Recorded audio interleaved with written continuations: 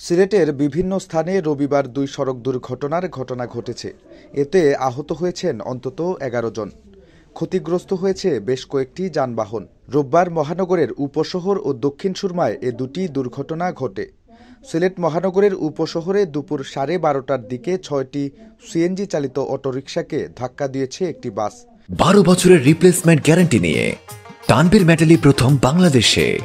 তানভীর মেটালের স্মার্ট পণ্য ব্যবহার করুন, স্মার্ট হন। এতে করে অটোরিকশাগুলোতে থাকা মহিলাসহ অন্তত ১০ জন যাত্রী আহত হয়েছেন। আহতদের স্থানীয়রা উদ্ধার করে ওসমানী মেডিকেল কলেজ হাসপাতালে প্রেরণ করেছেন। দুর্ঘটনার বিষয়টি নিশ্চিত করে সুভানীঘাট পুলিশ ফাঁড়ি ইনচার্জ কাজী রিপন সরকার জানান, রোববার দুপুর 12টার দিকে মেন্দিবাগ পয়েন্টে একটি বাস বেপরোয়া গতিতে এসে ৫ থেকে ৬টি সিএনজি চালিত অটোরিকশাকে ধাক্কা দেয়। এতে করে সিএনজি চালিত অটোরিকশাগুলো ক্ষতিগ্রস্ত হওয়ার পাশাপাশি গাড়িতে থাকা মহিলাসহ অন্তত ১০ জন যাত্রী আহত হয়েছেন। ঘটনার পরপরই বাসের চালক পালিয়ে গেছেন। এদিকে সিলেটের দক্ষিণ সুরমা থানাধীন রশিদপুর এলাকায় ব্যাটারি চালিত অটোরিকশাকে একটি প্রাইভেট কার পেছন থেকে ধাক্কা দিলে দেলোয়ার হোসেন নামে এক ব্যক্তি আহত হন।